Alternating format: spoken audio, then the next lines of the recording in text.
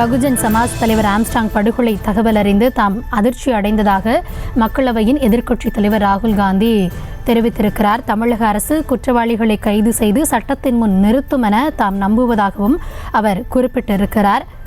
பகுஜன் சமாஜ் தலைவர் ஆம்ஸ்ட்ராங் படுகொலை தகவல் அறிந்து தாம் அதிர்ச்சி அடைந்ததாகவும் இதுகுறித்து தமிழக அரசானது உரிய நடவடிக்கை எடுக்கும் என்பது குறித்து தாம் நம்புவதாகவும் ராகுல் காந்தி தெரிவித்திருக்கிறார். அது குறித்த அண்மை செய்தியை நாம் பார்த்து வருகிறோம். பகுஜன் சமாஜ் தலைவர் ஆம்ஸ்ட்ராங் படுகொலை செய்யப்பட்டதை அடுத்து பல்வேறு கட்சி தலைவர்களும் அது குறித்தான அவர்களுடைய இரங்கல் செய்திகளை தெரிவித்து வருகிறார்கள். இந்த நேரத்தில் மக்களவையின் எதிர்க்கட்சி தலைவராக இருக்கக்கூடிய ராகுல் காந்தி அவர்கள் தன்னுடைய இரங்கலை தெரிவித்திருக்கிறார். அதில் பகுஜன் சமாஜ் தலைவர் ஆம்ஸ்ட்ராங் படுகொலை செய்யப்பட்டதை அறிந்து தாம் அதிர்ச்சி அடைந்ததாகவும் இதுகுறித்து தமிழக அரசானது உரிய நடவடிக்கை எடுக்கும் என தாம் நம்புவதாகவும் குற்றவாளிகளை கைது செய்து சட்டத்தின் முன் தமிழக அரசு நிறுத்தும் என தாம் நம்புவதாகவும் அவர் அந்த செய்தியில் குறிப்பிட்டிருக்கிறார். அது குறித்த அண்மை செய்தியை நாம் தற்பொழுது பார்த்து வருகிறோம்.